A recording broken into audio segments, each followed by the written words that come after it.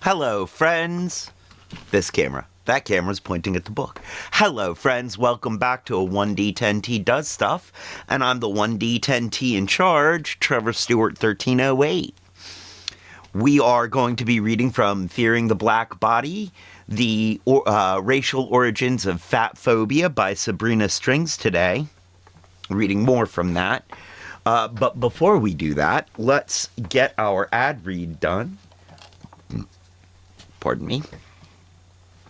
Today's pre-rolls brought to you by The Hidden Leaf, downtown Charlottesville, Virginia.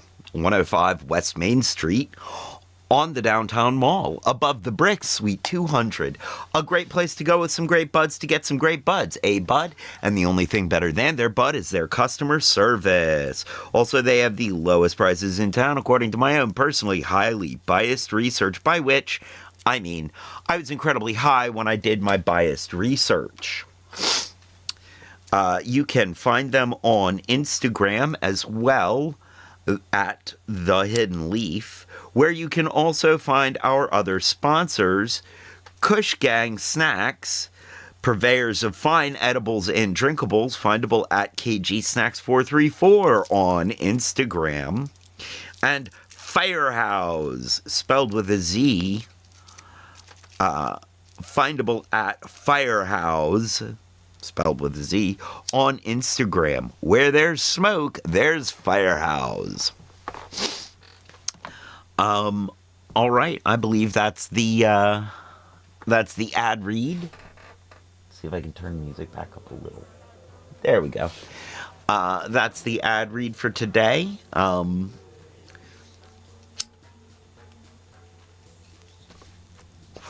And quick content warning. Note of disclaimer. We will be discussing some very difficult topics today, including sexism, racism, and fat phobia. And I will be expressing opinions. Others may be expressing opinions as well. Those opinions belong to me and or the expressor of the opinion and or the channel and or parent company, but not necessarily to any of our sponsors, including Firehouse, spelled with Z, Kush Gang, and The Hidden Leaf. Actually, I'll be expressing social opinions today, not so much political. That being said, we will be addressing difficult topics, so if this is too much for you, please feel free to look away. This is triggering. I say that mainly if you're black or colored, a person of color, feel free to look away, because this is basically just reliving trauma for you. If you are white, especially if you are a white male, don't turn away. Challenge yourself to look at this. Challenge yourself to engage with these difficult topics. Be more sensitive to those around you. Yeah, all of that being said, there we go. Our Tuesday streams are about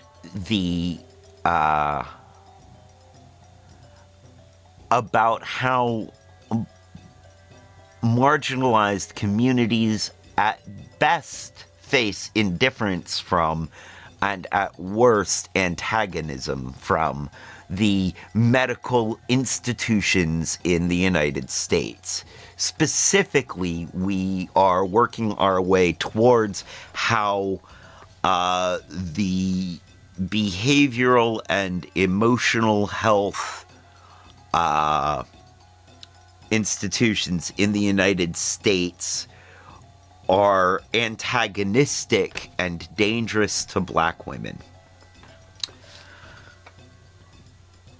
That being said, of course, I do believe in therapy. I believe it's a wonderful thing. Find yourself a black femme doctor.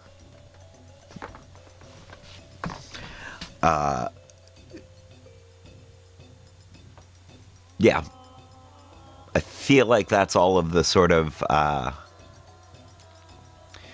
contextual warnings out of the way. So thank you for being here, and, well, let's get started.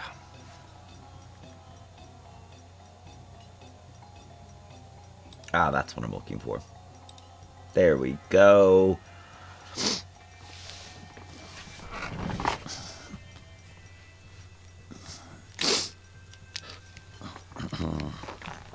As we get ourselves situated, I guess, friends, grab yourself something comfy to drink, something warm to smoke, and something dank to sit in as we get started with this.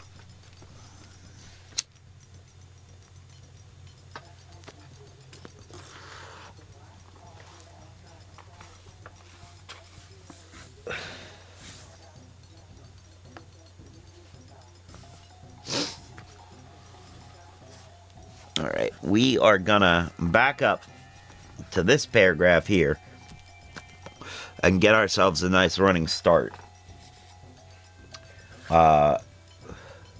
We are currently in the chapter, The Rise of the Big Black Woman. And I think a lot of what we have been talking about so far in the book are European beauty standards and how they were shifting in the 15 and 1600s. And specifically how that relates to black women. And what we are working our way towards in this book is how we went from these beauty standards, these European beauty standards, to existing health standards. And how existing health standards are shaped by colonialism and the racism that was part of that. The racism that was developed to support colonialism.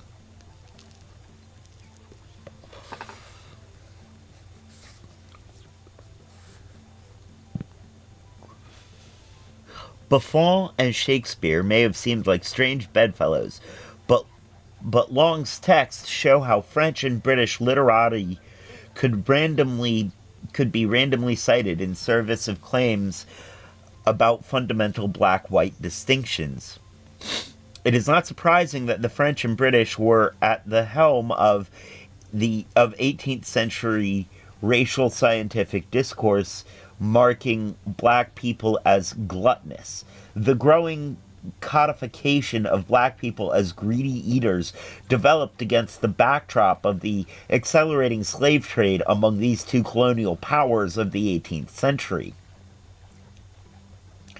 This, together with the exigencies of reasoned self-management in the context of the High Enlightenment, transformed the act of eating from personal to political.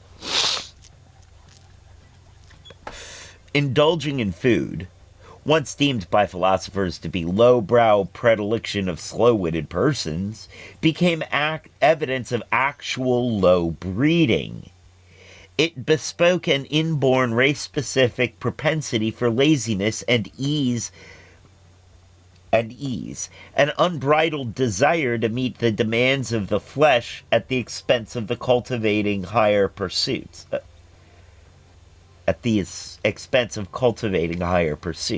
Such behavior was deemed wholly uncharacteristic of the rational thinker sitting atop the new racial hierarchy. And yet, up to this point, the large, robust feminine forms that such eating presumably engendered were still prized. The tail end of the 18th century would mark the dawn of a new era. In an attempt to rationalize even aesthetic values, the beauty of the plump feminine form was reconsidered.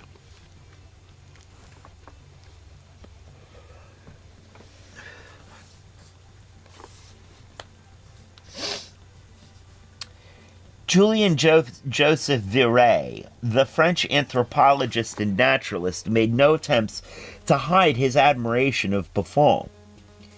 Viret had entered the military in the 1790s, his stint in the service being spent largely as a pharmacist at Val-de-Grâce Hospital in Paris. It was likely that in the armed service that Viret encountered Charles Nicholas Sigisbert Sonini de Manoncourt. Charles Nicholas Sigisbert Sonini de Manoncourt. That's a lot of name. Sonini de Manoncourt was a recognized words. Sonini de Manoncourt was a recognized naturalist and traveler who had himself been a member of the Navy. He had also been a former secretary of Buffon, spending 6 months with the famed naturalist in the 1770s, translating his text. A shared fascination with natural history, in particular the works of Buffon, led Vinet and Sonini de Manoncourt to collaborate on the reissue of Buffon's Natural History in 1799. For Viret, this was only the beginning. 2 years later, he published his massive tome, Histoire naturelle du genre humain, Natural History of Mankind, in which he provided his own anthropological insights, in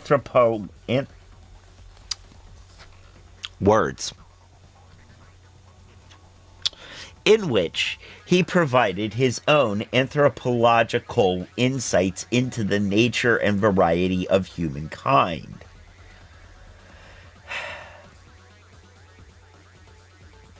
Viret, like his intellectual forebears, was captivated by the question of race, with a special interest in the character and physical traits of Africans. In Natural History of the Negro Race, an excerpt from his Natural History of Mankind, published as its own book in 1837, Viret asserts that Negroes were of a mild disposition, robust but slow and very lazy. The Fauhas, a people inhabiting the region from Senegal to northern Cameroon, were described as very handsome people. Some of what we're seeing here, and I would say a large part of what we're seeing here, is these people building on the works of those who were before them. I mean, of course, that's kind of how it all works. But also, not just building on the works of the people that came before them, but perpetuating non-truths, misconceptions, and developing new misconceptions as they go, in order to justify the work of the people who came before them.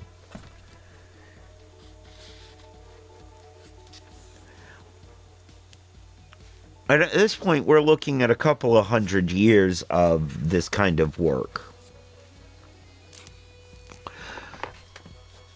And so we're starting to see people believing that this is the way it is because it is the way it is, so there must be a way to explain it as the way they think it is.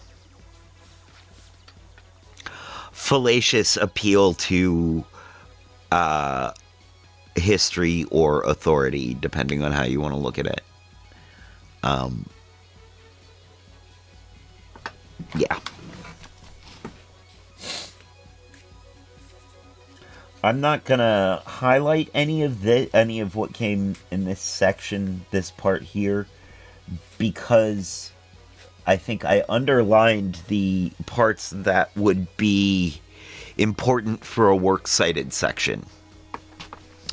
But otherwise, yeah.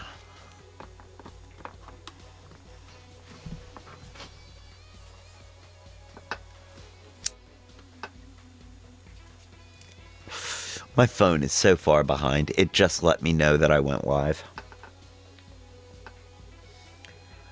With these observations, Viret appeared to be simply retreading ground that had already been covered by Buffon and Diderot.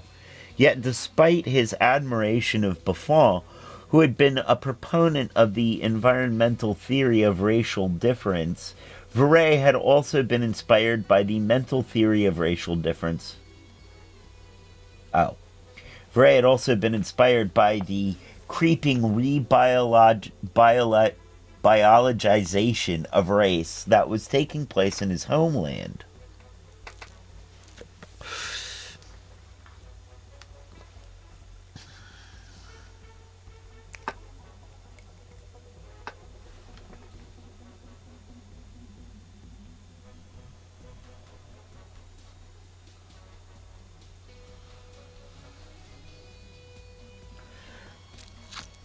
In the mid-18th century in France, novel biological theories of racial difference were gaining traction. Theories of racial difference, which were distinct from the early sperm and blood theories of Beignet, were gaining traction alongside the environmental theory of Buffon. Although Buffon had rejected claims of biological difference during the 18th century, they were revitalized. By the 19th century, they would be used to fill out and buttress Buffon's theories. Part of their appeal was that they provided a convenient explanation for both black skin and corpulence. According to the revitalized human theory, black skin was caused by a superabundance of black bile beneath the skin. Moreover, an overflow of black bile could cause gastrointestinal disorders and weight gain.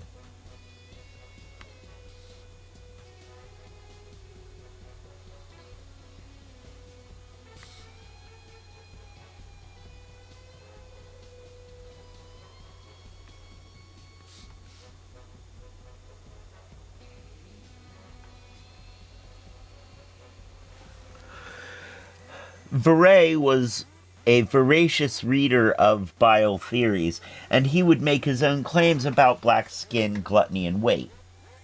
Black people, he claimed, were mindless, self-gratifying automatons who were given up to the pleasures of the table.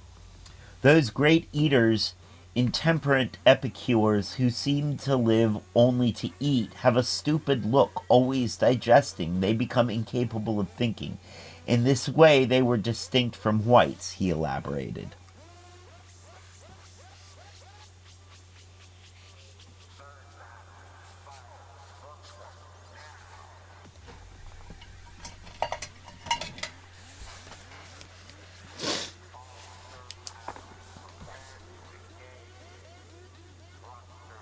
There is a problem with this punctuation right there. That comma is in the wrong place. The comma and the period should be switched.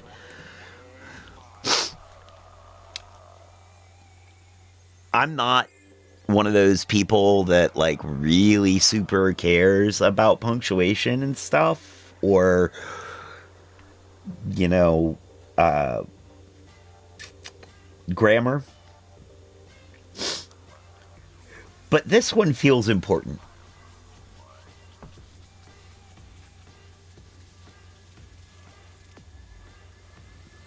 So,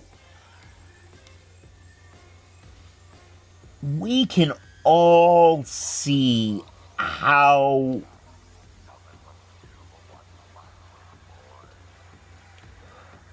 stupid these ideas are. We can all see that these ideas have no real merit. Not just no real merit, they have no merit.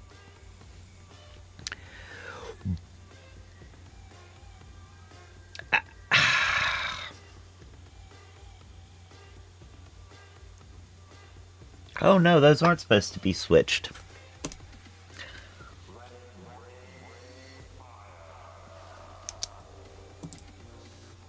Cheese and crackers.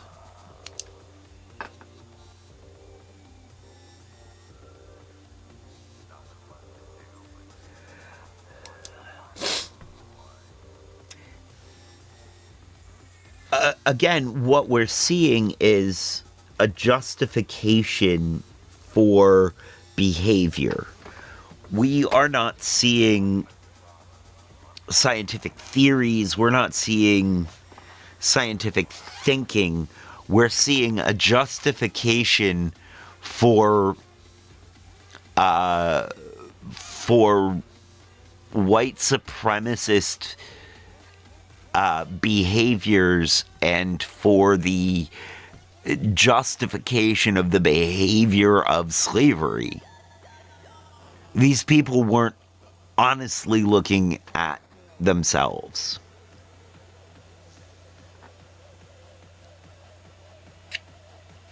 These people weren't scientifically looking at the situation. They were looking at the situation with an extreme amount of bias, in my opinion. I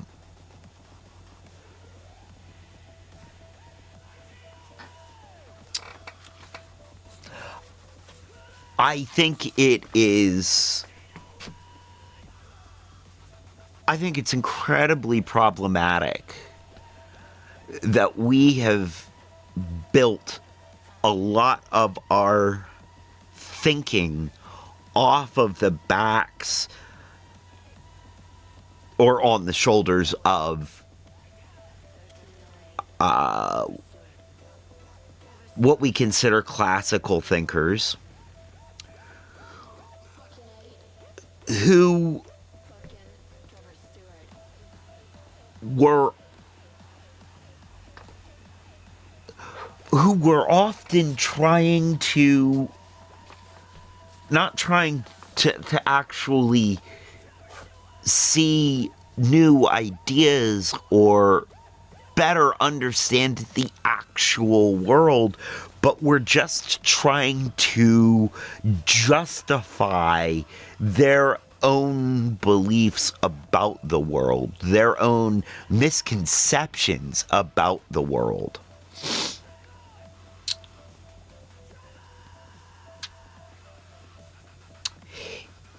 What we are not seeing is actual objective scientific method. And I think it's important to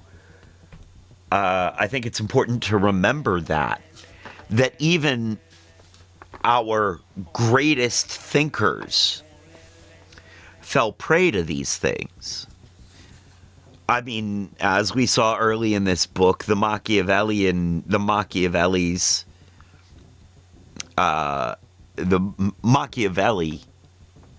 was part of this problem. Descartes, part of this problem. Part of this problem specifically. There are other epistemic blind spots the further back you go. And blind spot is a very generous term for that.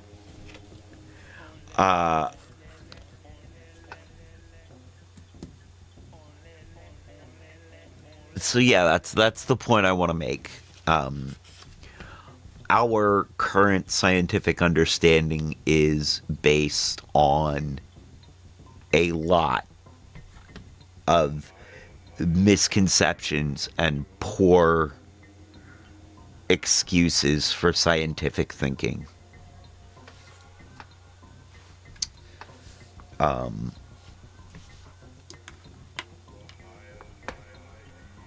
And normally when you hear someone who appears to be a man with this skin tone say something like that, generally you can assume that they're about to take you down some right-wing rabbit hole. You know, but right now, that is, from what I can tell, that is the conservatives and the right wing and the reactionaries co-opting speech and attitudes that some of us have adopted for the complete opposite purpose.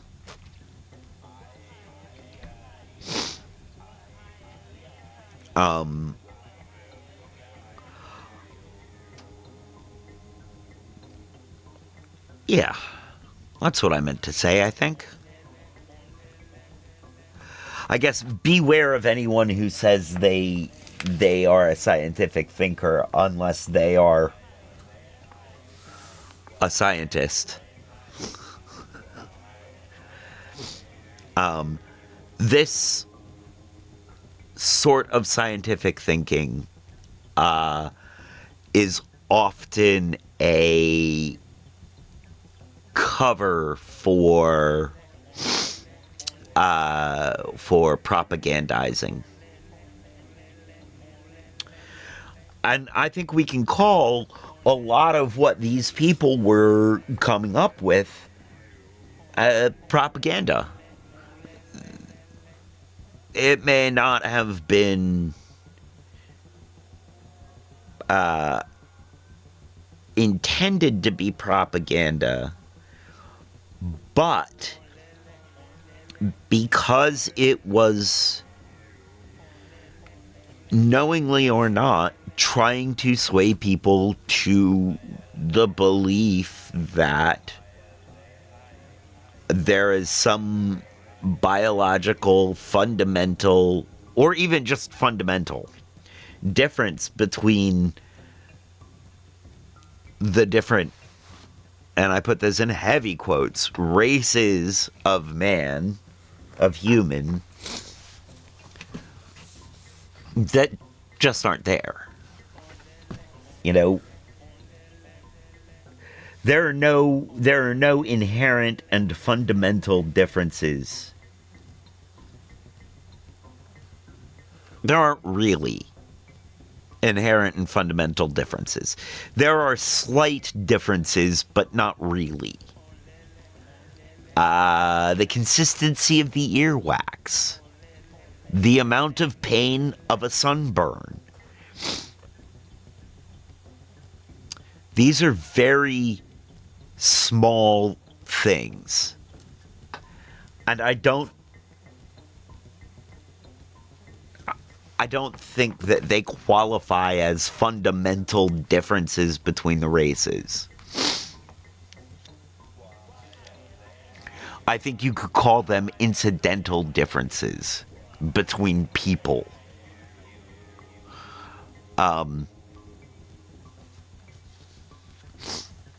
But this attempt to convince us that the differences are biological and scientific instead of social,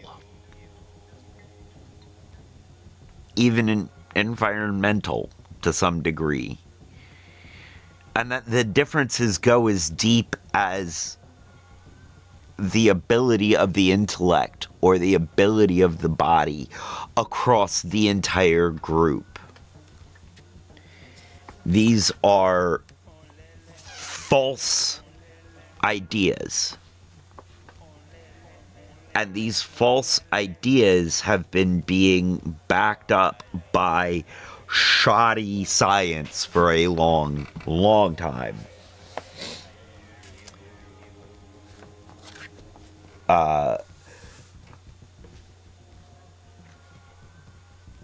So, yeah, that's sort of...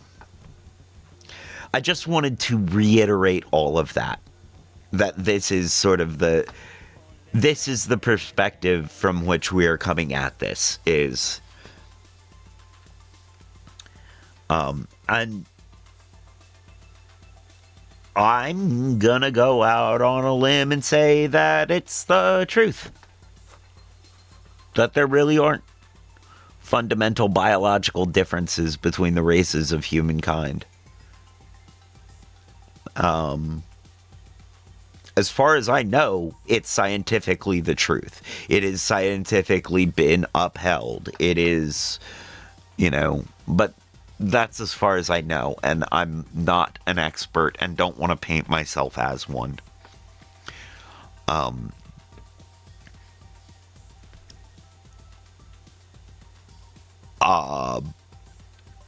But yeah, I think we can stand on that there is no real fundamental biological difference, and that all of this was in aid of justifying slavery, justifying white supremacy. Pardon me. White supremacy.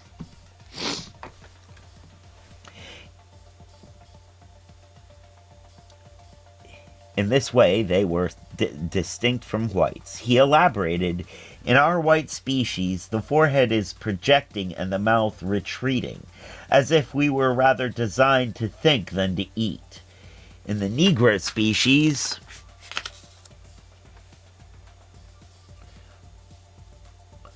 the forehead is retreating and the mouth projecting, as if you were made to eat rather than think.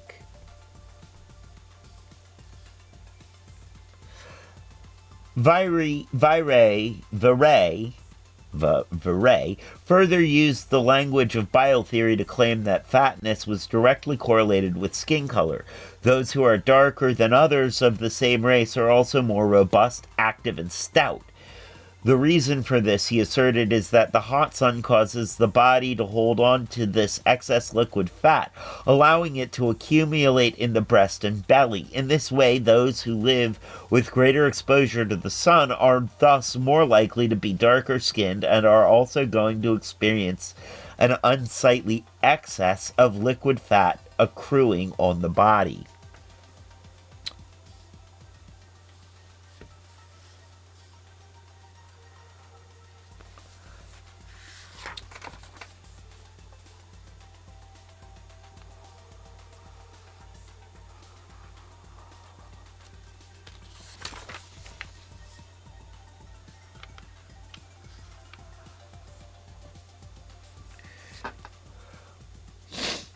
This was Viret's general view of the relationship between skin color and superfluous fat, when he inexplicably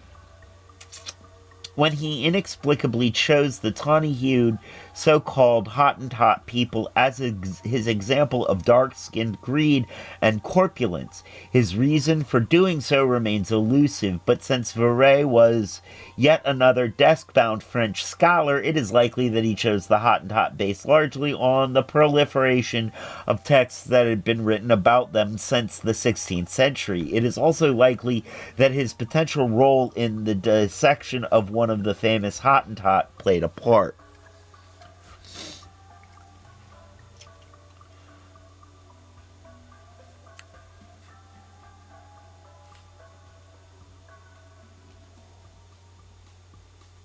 Interesting. Viret treated the Hottentot as exemplary, yet also representative of negresses. In Natural History of Mankind, Viret notes that while Hottentot men have a robust but firm constitution, the women, particularly as they age, develop big bottoms and bellies that push out, in addition to living in a climate that causes the body to retain excess liquid fat. The women, he claims, are often sedentary or pregnant. This leads to the superabundant fatty liquid to collect in their abdomen and long pendulous breasts to wrap around their hips and buttocks. The derrieres of Hottentot women, he added, resembled those of four-legged creatures, at times growing so large they could be supported with a small cart like a domestic animal.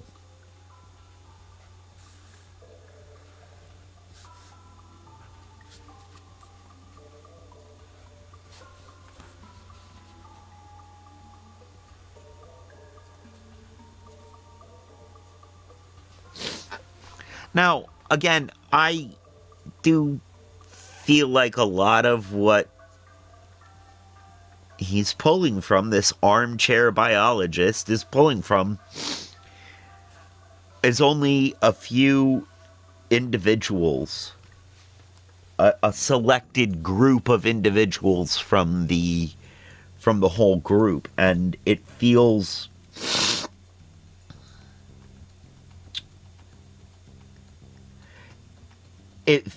like that's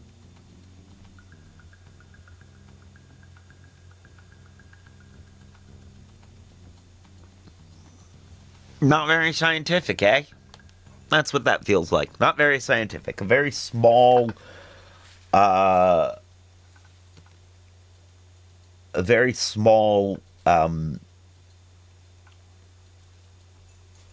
sample group. So, you don't get a lot of, let's see how to put this. You don't get a lot of control group understanding of what's going on.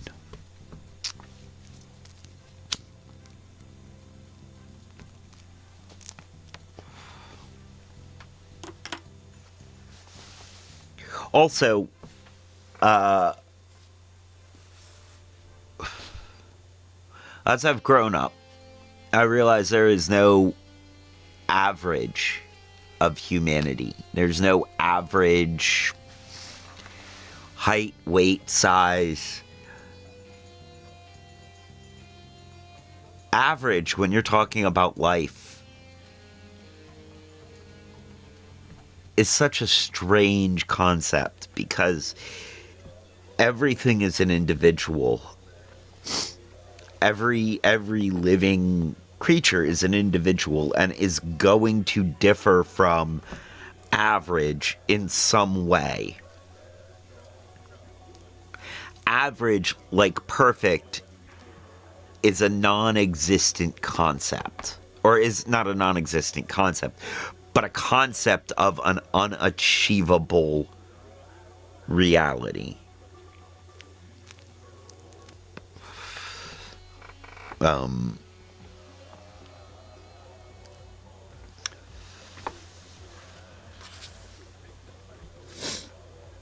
So, yeah, I wanted to reiterate that part of it too. It is questionable whether Viret ever encountered any of the living, breathing negresses of which he speaks so authoritatively.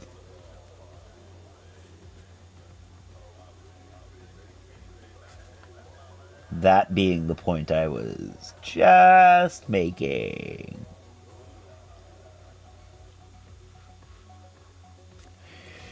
Like Buffon, Viret seems to have gleaned his intimate knowledge of African people by reading the second-hand accounts of diverse European travelers, and many Europeans had written about the so-called Hottentot. Hottentot was a name given the Khoi Khoi by Dutch colonists after the Dutch East India Company, VOC, settled the Cape of Good Hope in the 17th century. Since that time, reports had made their way back to various European city centers depicting the unique physiology of their women. One of the earliest such reports came from Wilhelm ten Rijn, a medical doctor with the VOC. In 1686, the doctor wrote of the elongated labia of the women, which was thought to resemble fingers that were protruding from their private parts, which he believed to be unique to the Hottentot.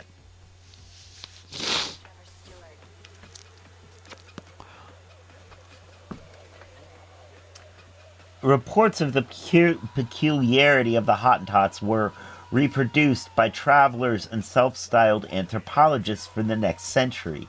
A notable text by Dr. Anders Sparman, a Swedish physician and naturalist, and a complete idiot, student of Buffon's rival Carolus Linnaeus, saw several reprints in both British and American magazines.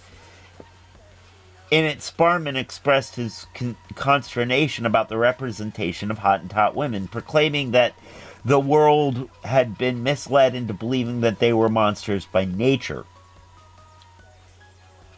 According to Sparman, since the only difference between the Hottentot women and the other women of the world over, regardless of color, was their elongated clitoris and nymphae, they were not monstrous. To him, this physiological anomaly was simply proof of their slothfulness and warmth of climate.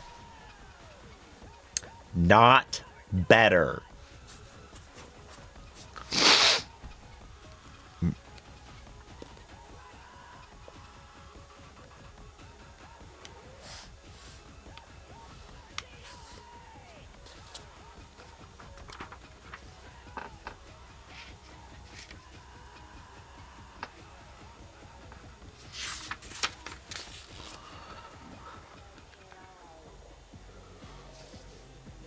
Sparman made no mention of the size or shape of the buttocks, breasts, or bellies of the Hottentot women, but had he done so, he likely would have been as repulsed by their purported fatty nature as Verret had been.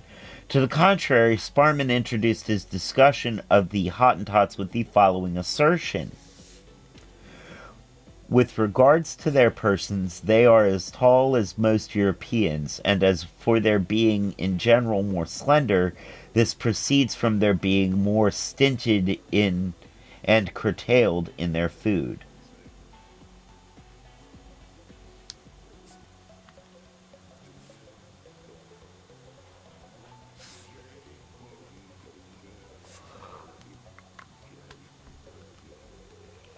In describing the Hottentots as naturally slender, Sparman offered a starkly different perspective from that of Verret. In fact, it mirrored the general description offered by Beignet some 100 years earlier. One reason for their different perspectives could be the fact that Sparman, unlike Verret, actually traveled to the Cape and encountered real women there.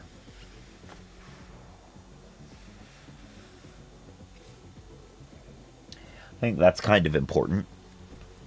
There's another reason why their views may have been so disparate. With the arrival of the British came the proliferation of a new discourse about the Hottentot being overindulgent. In 1777, for instance, a British woman named Jemima Kindersley published letters from her travels around the Cape of Good Hope, one of which included this observation about the Hottentot. Drunkenness and gluttony are the vices to which they are most addicted, having no moderation in either eating or drinking, but whenever it is in their power, indulge themselves in either either to great excess. Tales of the gluttonous Hottentot were uncommon among the Dutch or even the British in the British narratives of the 16th century. But in the context of the Enlightenment, the British preoccupation with the ills of excess feeding were folded into the racial discourse.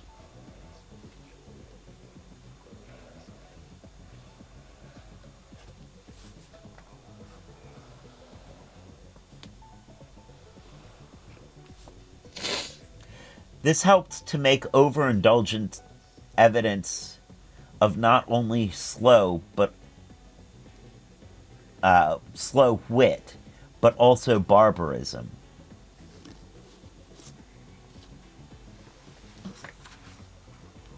Pardon me. I have to blow my nose real quick.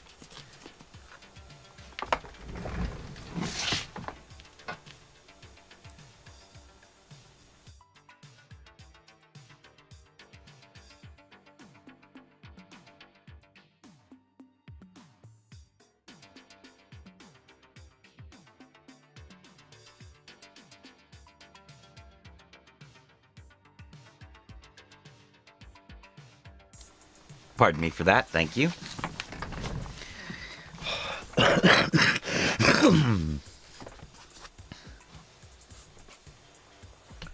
Yet increasingly widespread depiction of the Hottentot as gluttonous among British authors during the Enlightenment, like the depiction of black Africans generally, did not instantly change their representation from that of a slender to a fat people. In 1773, the London-born writer John Hawkesworth was credited with writing the first British portrayal of the Hottentot. Based on the travel log of Captain James Cook, he said of them, "They are in general of a slim make and rather lean than plump."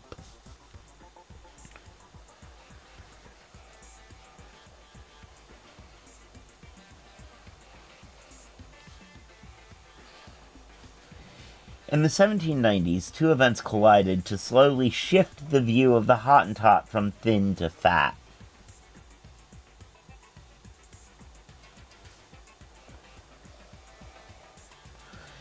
First was the growing conflation of Hottentot with Negro.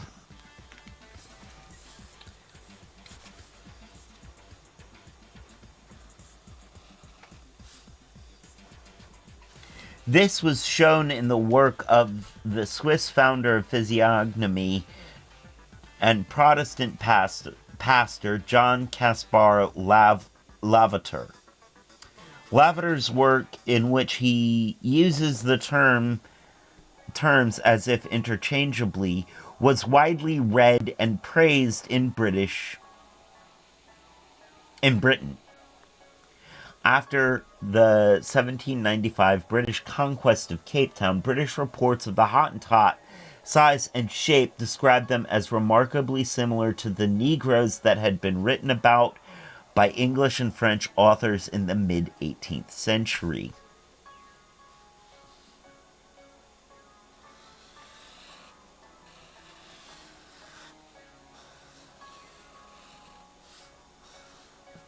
An account of travels into the interior of southern Africa, an 1804 book by an Englishman named John Barrow, details the Dutch brothers' mistreatment of the Hottentot and explores how the inhumane conditions of the old colonizers had made them greedy and fat.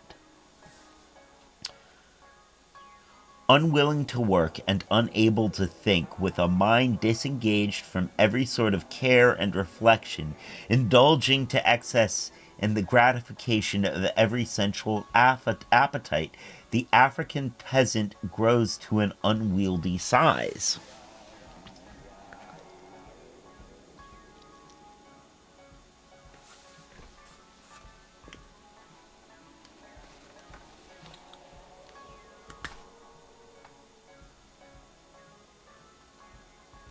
That right there, African peasant, shows the lens through which these people were looking at another culture. They were viewing this culture, these cultures, through the lens of European feudalism, through the class distinctions of Europe. Hey, Darth Dragon, it's good to see you. Thank you for being here.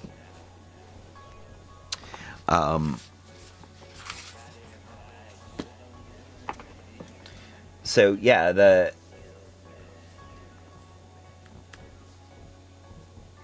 Now, I don't think that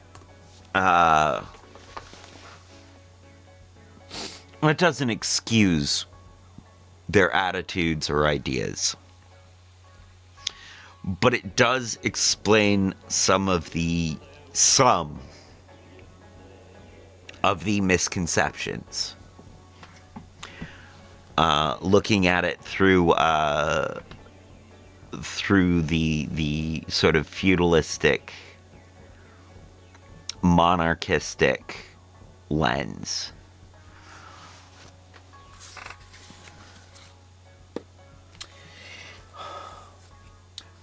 But perhaps the most important factor in the reinvention of the Hottentot from slender to stout was the encounter with and subsequent exhibition by the English of a presumed archetype of Hottentot female beauty.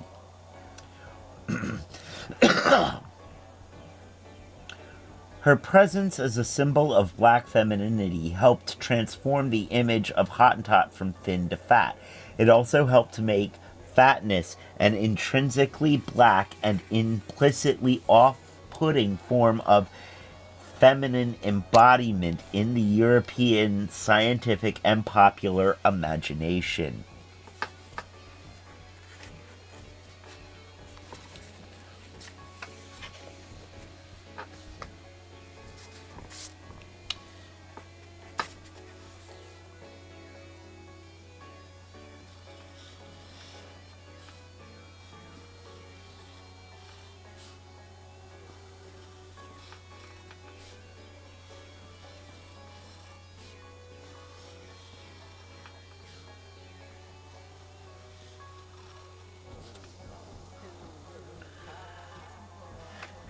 The woman went by the name of Sarah Bartman. The year of her birth is a point of contention, with most accounts citing 1789, but at least one suggesting she was born in the 1770s.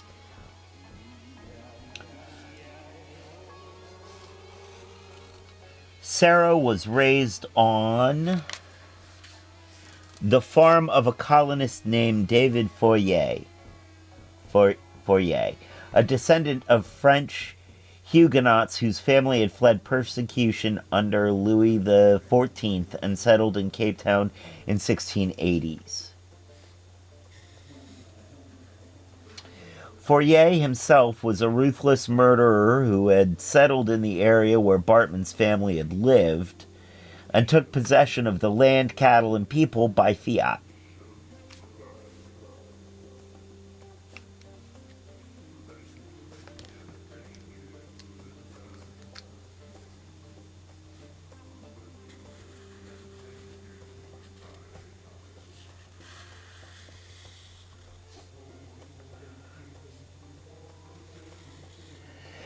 After his death, the Bartman clan was broken up and sold to various slavers. Sarah and her parents were sold to a man named Cornelius Muller around 1803, a year after a bloody Khoikhoi rebellion. Many British left parts of the Cape, fleeing with the remainder of their wealth and resources.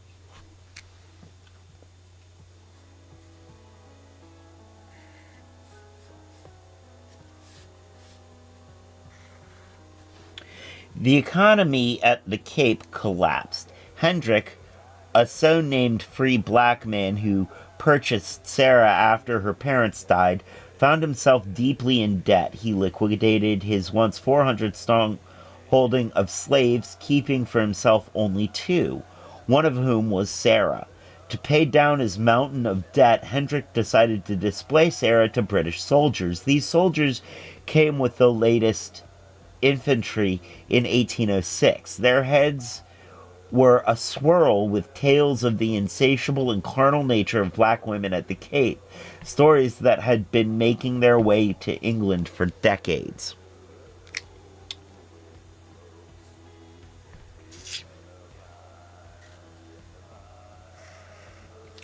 So it was that Sarah began her career as an exhibition for the European titillation around 1806, while still in Cape Town.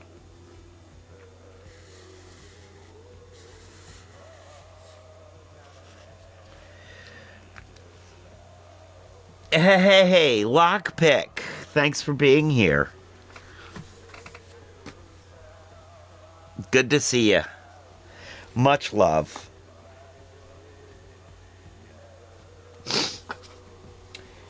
Her first shows took place at the local naval hospital where a large contingent of military men found themselves immediately. Her first shows took place at the local naval hospital, where a large contingent of military men found themselves immediately upon their arrival.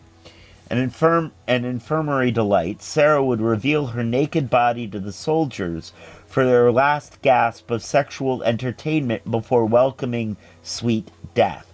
She was, according to scholars Clifton Crace and Pamela Scully, an early 19th century exotic dancers. And for a fee, the dying men may have been able to touch her or even have sex with her. The idea that Sarah would be more than a sideshow for the sick and dying at the Cape came from a Scottish surgeon by the name of Alexander Dunlop.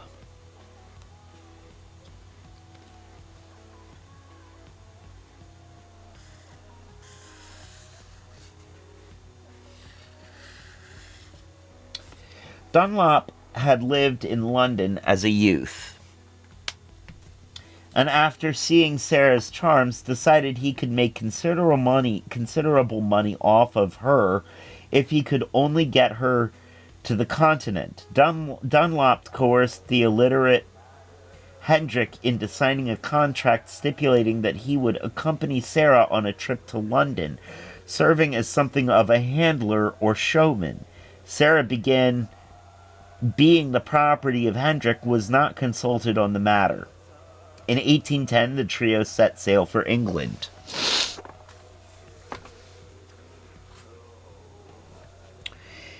London was the epicenter of Europe. The city was teeming with opportunities for the business-minded, salons for the philosophically minded, and spectacles for those seeking lurid entertainment. With the display of Sarah, Dunlop intended to explore the intersection of all three. He promoted Sarah as an erotic and scientific curiosity, a veritable ethnographic freak show. In his earliest posters for her show, she was billed as the most correct and perfect specimen of that race of people, meaning the so-called Hottentot. Moreover, as if to explain why the word Venus was part of her name, the bills touted the fact that she possessed the kind of shape which is most admired amongst her countrymen. Contributing to the image of Sarah as the perfect specimen of Hottentot women, and by association all black women, was the voluptuousness of her physique. Together, Dunlop and Sarah had worked to fashion a suitably believable and yet exotic costume that was more fantasy than fact, as it pertained to the garb of the Kohoi Kohoi. Nevertheless, some iterations of her vestments were found to be disappointingly tame and thus inauthentic. to London viewers anticipating something out of the African wild. Curious Londoners, however, were drawn to the exhibit by tales of her largesse, especially the size of her shape and size and shape of her buttocks.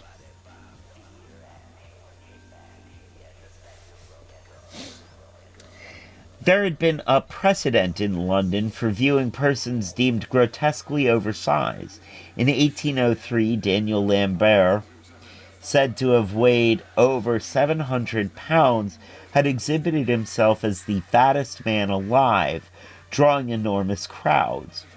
But the fascination with Sarah's size was different.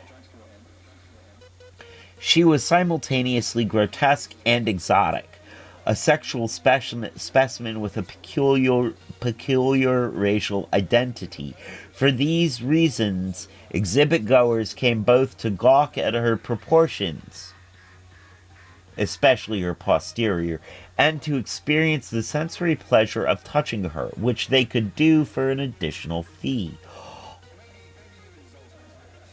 Although bustles exaggerating the derriere were fashionable in England at the time, there was something about the amplitude of flesh that it was claimed was amassed in her bottom and over her whole body, which made her a spectacle.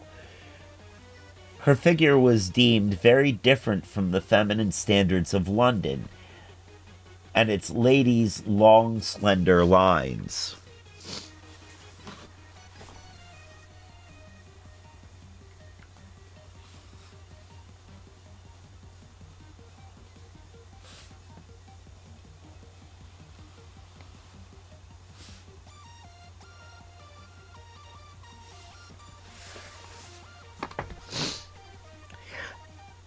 And there we are beginning to see the thought that white women are particularly slender. And that black women are not, and so that this is a massive difference biologically, although it is not.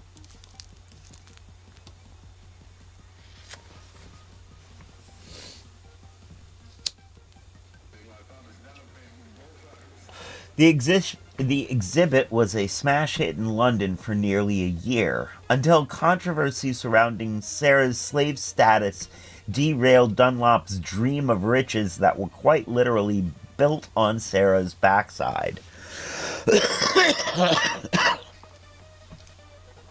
A lot of alliteration in that sentence. In 1811, the group took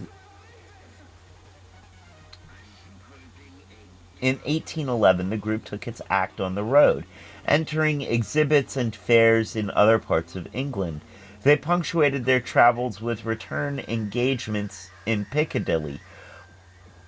But the novelty of her act having worn off, Sarah was often received with disdain or indifference when she was received at all.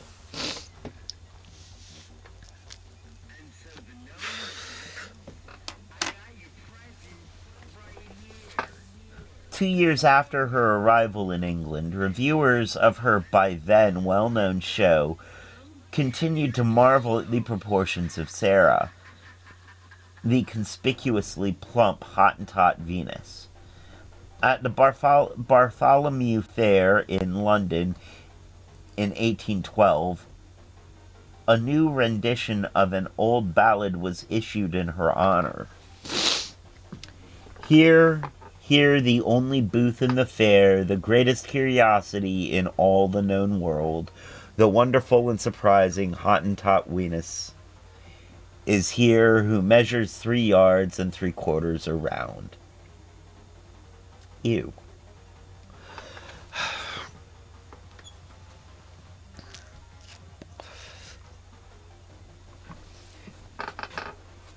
Sarah was the first Goi Kohoi to complete a successful run through England. The infamy of her physique would only increase in the coming years when she made her way to Paris. It was there that she would encounter Georges Cuvier, The man responsible for turning Sarah into an internationally recognized totem of racial and sexual savagery.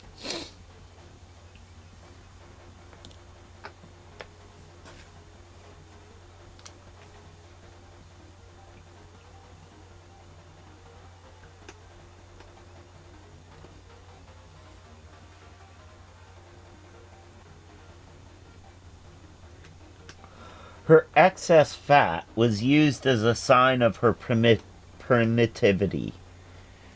Primitivity.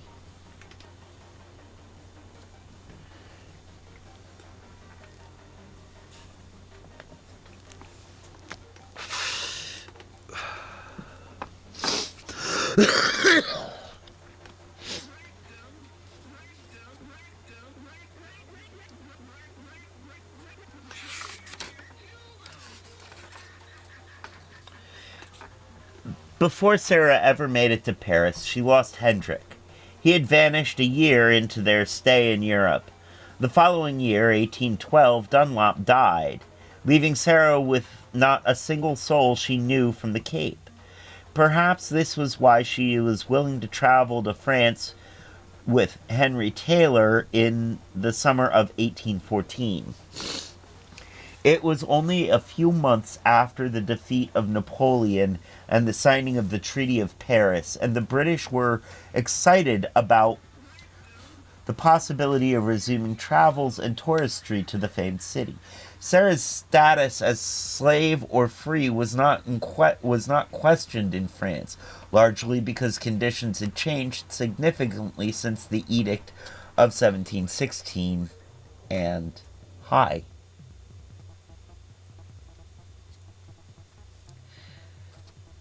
Yes, love.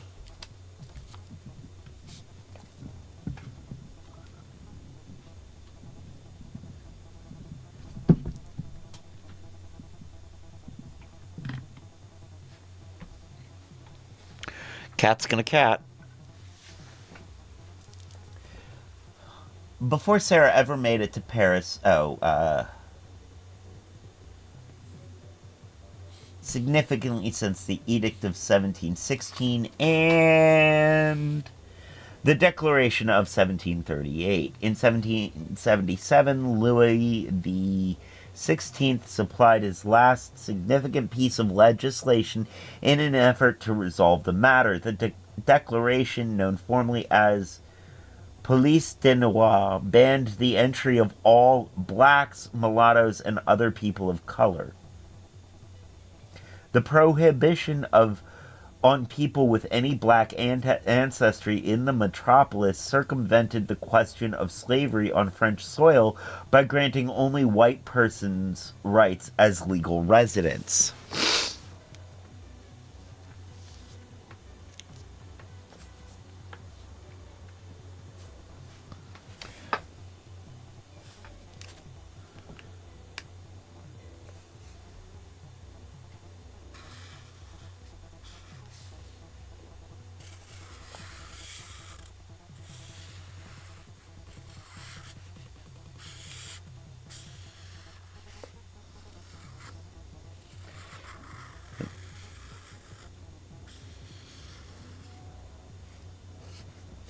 Wow, they were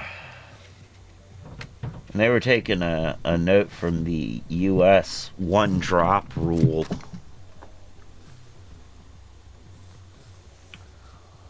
This, of course, had disastrous implications for free black persons already living in France. No kidding. That would create absolute chaos.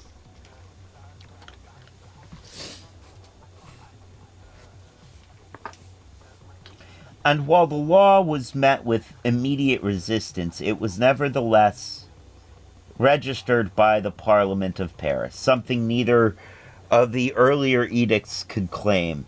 In any case, the law resolved very little. Slave owners continued to petition for the right to keep their slaves, which on occasion they were granted. Slaves themselves continued to petition the Admiralty Court of France for their freedom, which they were granted on occasion. This haphazard system remained in place until 1790, 1 year after the Revolution, when a November decree abolished this court.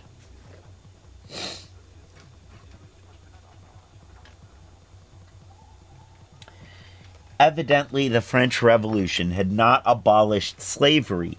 France provisionally ended slavery in 1749, 5 years after its fabled revolution had declared liberty and equality for all. 5 years. Took France 5 years. France did it in 5 years. The U.S. took 100 years.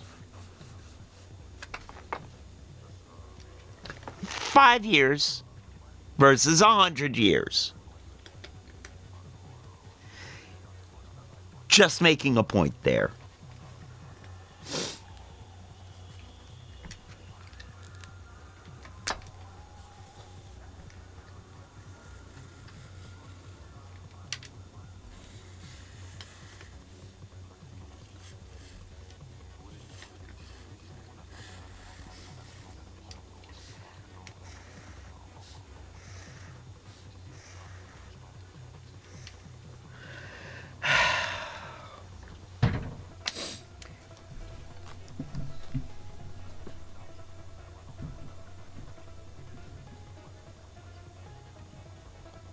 Hello.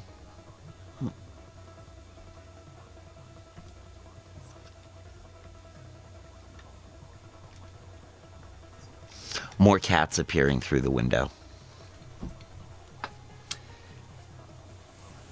The 5-year waiting period for black freedom was in large part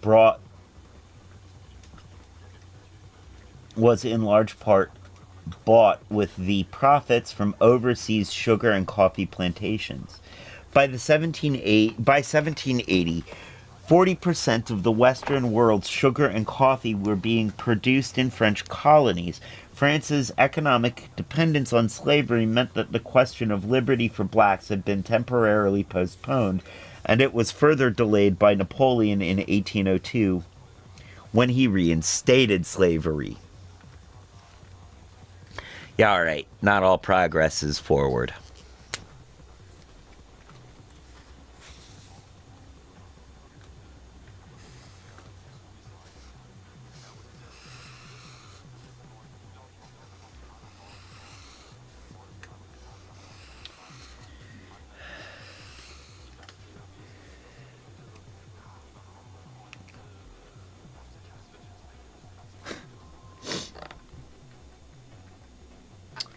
So when Sarah arrived in France after the passing of the Police de Noir, during a revived moment of slavery, few questioned whether she was or should have been the human property of Henry Taylor.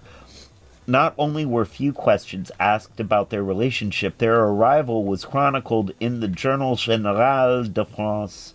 The Hottentot Venus was by then a known quantity in Europe's bustling city centers. It was perhaps owing to Sarah's fame as an ideal specimen of her race that Taylor was emboldened to send a letter to Georges Cuvier, the head of the Museum of Natural History, as well as something of a national treasure, inviting him to come to a show.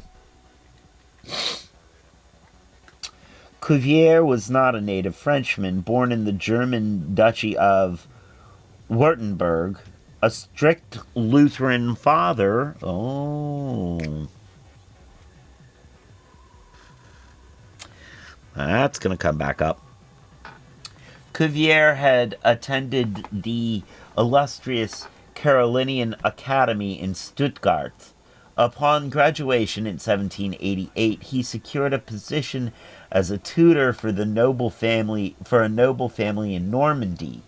In his free time, he performed independent zoological studies, the notes from which he sent the professor and zoologist Etienne Geoffroy Saint-Hilaire. at the Museum of Natural History in Paris.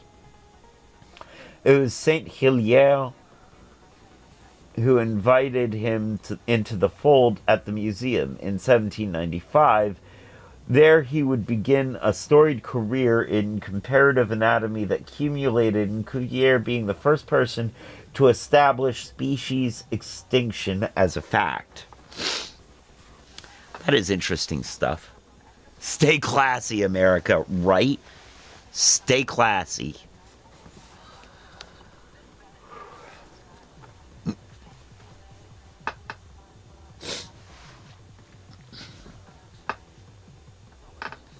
Cuvier had a known passion for comparative anatomical studies. Sarah was being promoted as both an erotic and a scientific curiosity. Nevertheless, he initially rebuffed Taylor's invitation. But sometime later, he laid eyes on Sarah for the first time. She was on display at a ball organized by Countess du Barrier. For the occasion, she was wearing only feathers, giving her the appearance of an exotic bird. If Cuvier had previously been uninterested in Sarah, the sight of her outfitted like an enticing fowl must have stimulated deep, abiding interest in her that was to follow her long after she had been laid to rest. Cuvier invited Sarah to the Museum of Natural History, where he had planned to study her form and features in close quarters. She accepted the invitation, spending 3 days with Cuvier, who had a few artists on hand to chronicle her behavior and sketch her most intimate parts. But Cuvier wanted to see and measure her elongated labia. This she denied him. Creepy dude. Creepy. Only after her death would Cuvier get his wish. She died in 1815.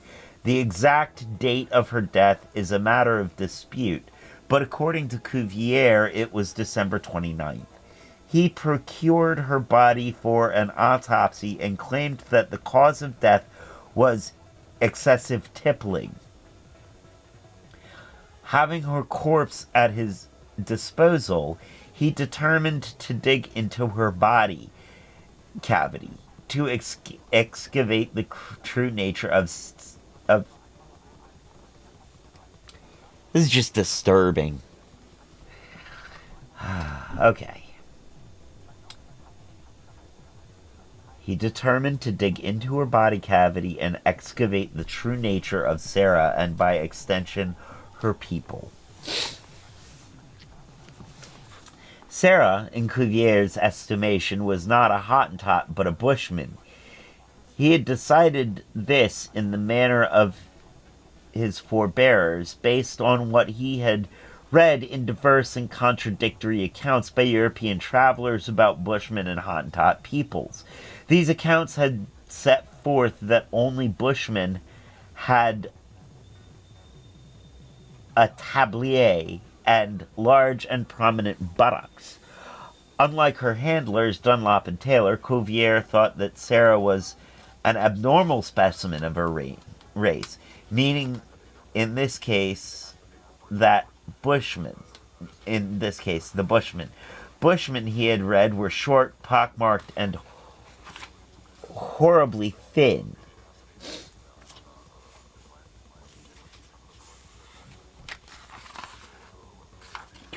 All right, we've got a few more pages to make it through before we're done with this chapter. What impressed him about Sarah, by contrast, was the vastness of her figure. In his assessment, she was both taller and stouter than the average Bushman, in a manner that recalled Buffon from nearly a century earlier. Cuvier assumed that Sarah's height and bulk could be attributed to the easy accessibility of food in the region where she lived, as he speculated that there must have been an abundance of food at the Cape. But unlike Buffon, Cuvier found rotundity to be defective as opposed to alluring.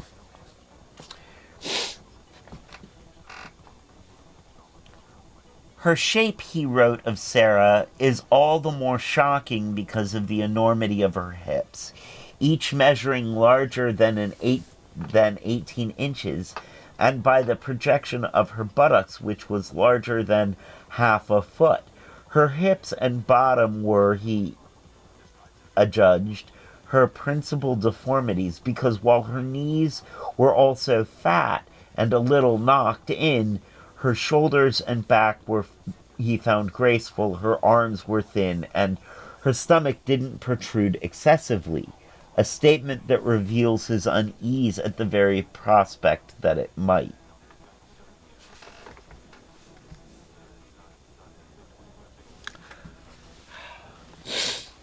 Cuvier was indeed generally disgusted by Sarah's amplitude.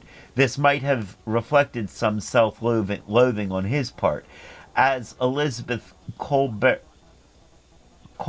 explains in The Sixth Extinction, An Unnatural History, during the French Revolution, Cuvier was thin. In the years he lived on the museum grounds, he grew stouter and stouter until towards the end of his life he became enormously fat.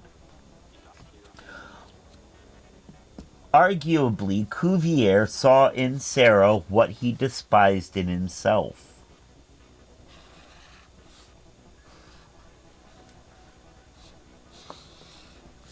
I do think that one is worth.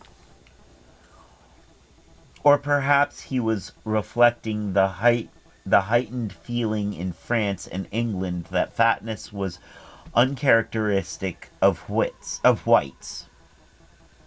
and thus unbecoming in general. While these are things we can't know for certain, it does seem that he was in some small way comforted by the knowledge that the pockets of excess fat on bushwomen's bodies were already known among other scholars, and therefore he had not been alone in bearing witness to them.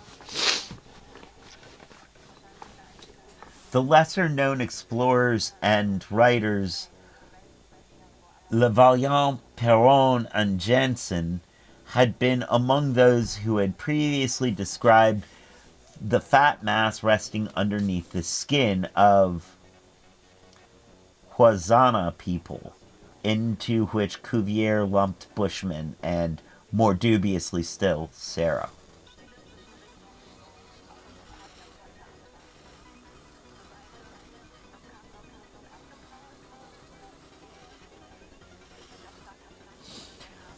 The argument about fat lurking under the skin sounded seemingly similar to that of Viret's environmental cum biological armchair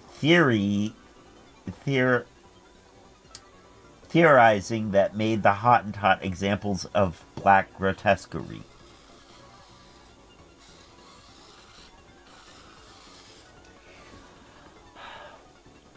This similarity could be due to the fact that Viret would have access to the same written sources as Cuvier. It could also have been that Viret had been present at the autopsy, which some scholars have suggested. Alternatively, he may have received these ideas from Cuvier himself, since the two were contemporaries, and Viret had cited the eminent zoologist in editions of his written works since 1824. In any case, it was becoming part of the general zeitgeist that fatness was related to blackness.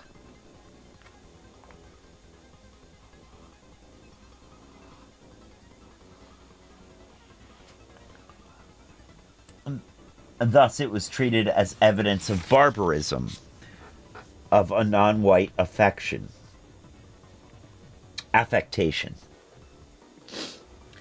Sarah Bartman, as the Hottentot Venus, was considered a primary example of these relationships. If Black Venus of the 16th century had been the low status counterpart to the Venus de Medici, the Hottentot Venus was its antithesis.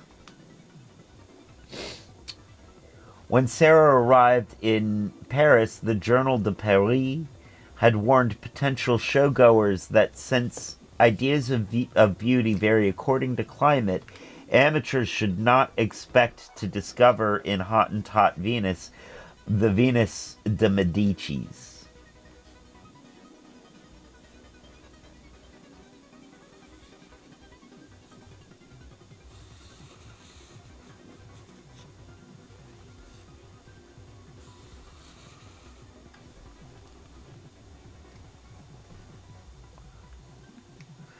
Similarly, the Journal de France quipped that if we were not to be taxed, we would prefer the French Venus to the Hottentot one. When it comes to the Hottentot Venus, it is hard to separate fact from fiction. Showgoers flocked to see her because her supposed curious shape made her the apotheosis of Hottentot, and by proxy, black African apotheosis. And by proxy, black African femininity. By this same measure, she was deemed the antipode of European femininity. But some exhibit goers were disappointed to discover that she looked, well, just like any other woman.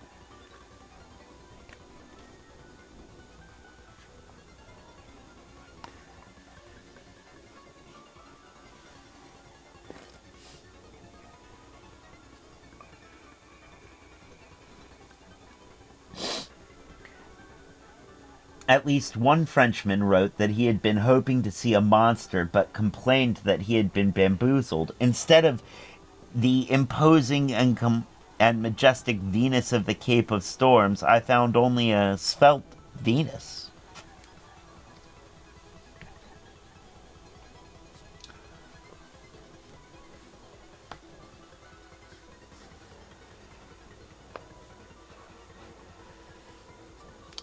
Whether fact or fiction, the purported size of her bottom, in tandem with her presumed general rotundity, placed Sarah beyond the pale of fair-skinned European norms of beauty. Racial theories had linked fatness to blackness in European imagination, and they had also linked thinness to whiteness. And there it is.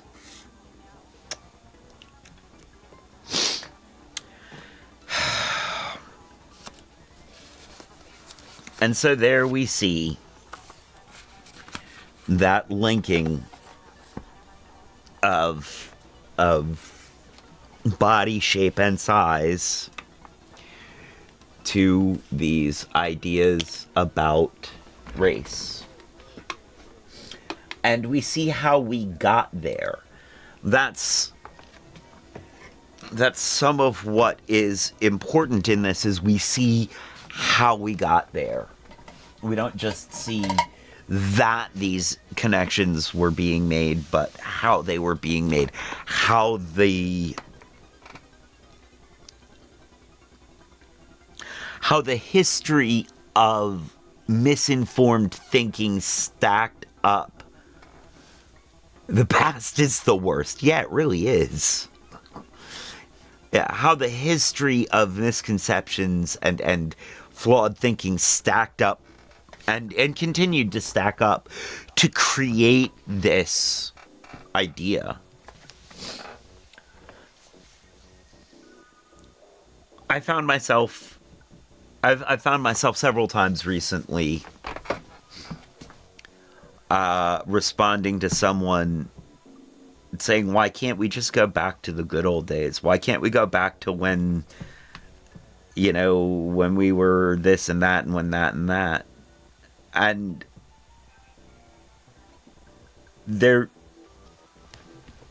it's always white people. Always white people saying that, by the way. Why can't we go back to the good old days? The good old days for who?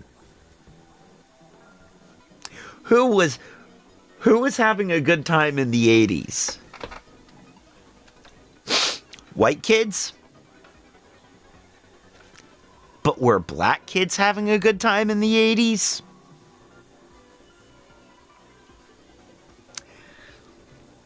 So yeah, the past is the worst. And I'm enjoying seeing the present progress into the future. Can't be classy and fight the government. Yeah, you can. I make it look good.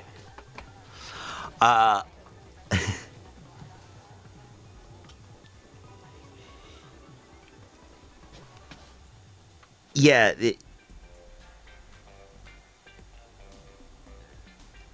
I don't remember where I was going.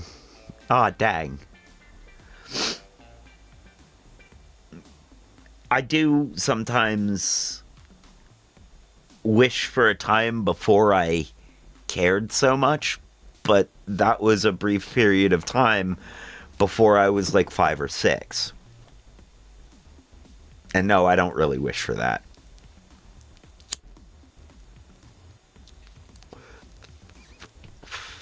So, well, friends, thank you for joining me. Again, you know, we're seeing the building of these ideas. We're seeing how this all stacked on top of itself, and we will start getting into the health of it all shortly. So, thank you for being here. Thank you, Darth Dragonis. Thank you, Lockpick. Thank you, all you lurkers. Much love. Stick around for the raid. And now is the time on the show when I say, as they say around here, 2 up, 2 down. VA, double deuces. I'm out, y'all.